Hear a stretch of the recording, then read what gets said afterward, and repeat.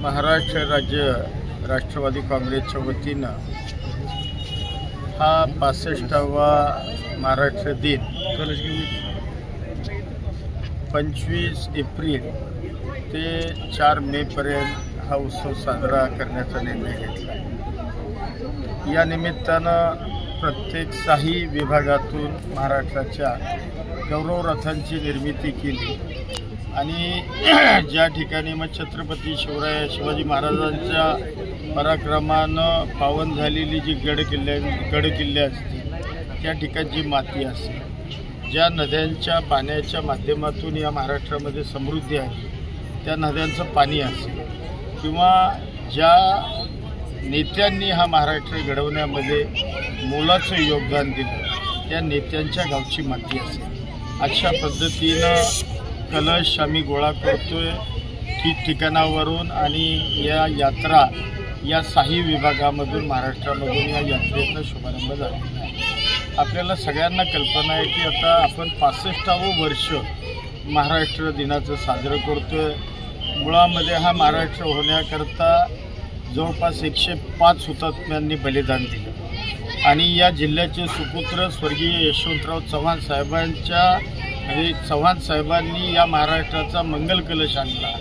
त्यामुळं गेले 65 वर्ष या महाराष्ट्राची जी प्रगती झाली आणि जे महाराष्ट्राची संस्कृती ही तरुण पिढी पुढं आणण्याचं काम या माध्यमातून या गौरव रथाच्या माध्यमातून राष्ट्रवादी काँग्रेस करते। आज या जिल्ह्यामध्ये या रथाचं आगमन झालं।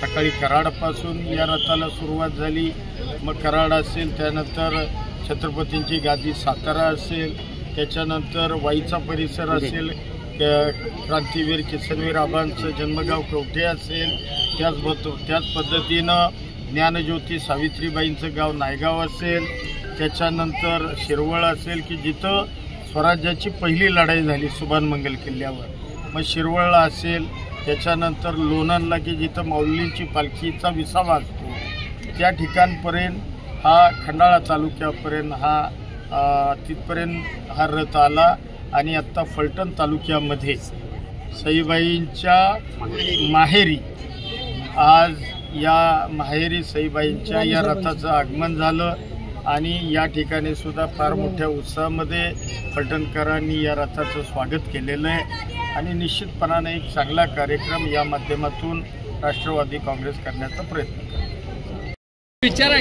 आज आपल्या फलटणमध्ये 65वा गौरवशाली जो महाराष्ट्राचा जो महोत्सव आहे तो राष्ट्रवादी काँग्रेस पार्टीनं पूर्ण महाराष्ट्रामध्ये 8 विभागामध्ये हा केलेला आहे आणि अतिशय चांगला उपक्रम राबवला आहे। त्यामुळे कैलासवासी यशवंतराव चव्हाण देशाचे माजी उपपंतप्रधान यांच्या नेतृत्वाखाली हा महाराष्ट्र घडला आणि या महाराष्ट्राची संस्कृती प्रत्येक सर्वसामान्यापर्यंत पोहोचवण्याचं काम आपला राष्ट्रवादी काँग्रेस पार्टी करत आहे आणि मला खूप अभिमान वाटतो।